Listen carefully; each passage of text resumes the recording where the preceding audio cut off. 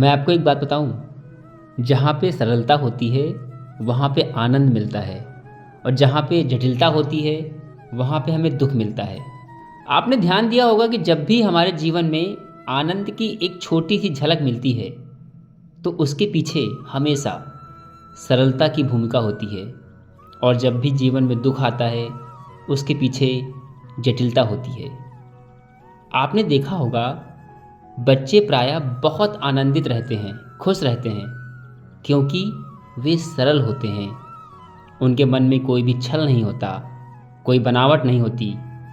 इसके विपरीत आप देखिए, जैसे जैसे व्यक्ति बूढ़ा होता जाता है वह बहुत अधिक जटिल बनता जाता है, और उसी अनुपात में उसका आनंद खोता जाता है।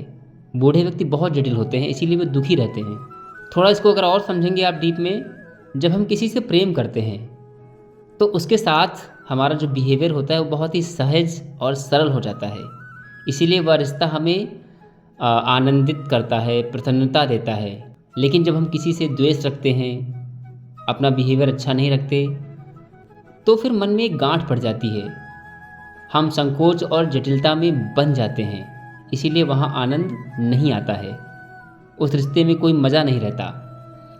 तो जो व्यक्ति जितना सरल होगा वह उतना ही आनंदित रहेगा, और जो व्यक्ति जितना जटिल होगा वह उतना ही दुखी होगा, क्योंकि जटिलता हमें अपने ही अंधकार में ले जाती है, जहाँ प्रेम और प्रकाश दोनों लुप्त हो जाते हैं।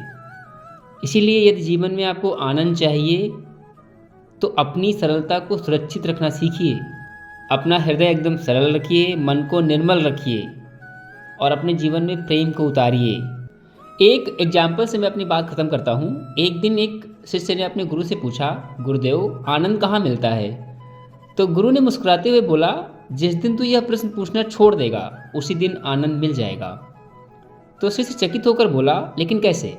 तो गुरु ने कहा, जब हमारा मन आनंद की खोज में रहता है तब वह वर्तमान से बहुत दूर चला जाता है, और जब मन वर्तमान में होता है तब उसे खोजने की ज़रूरत नहीं पड़ती।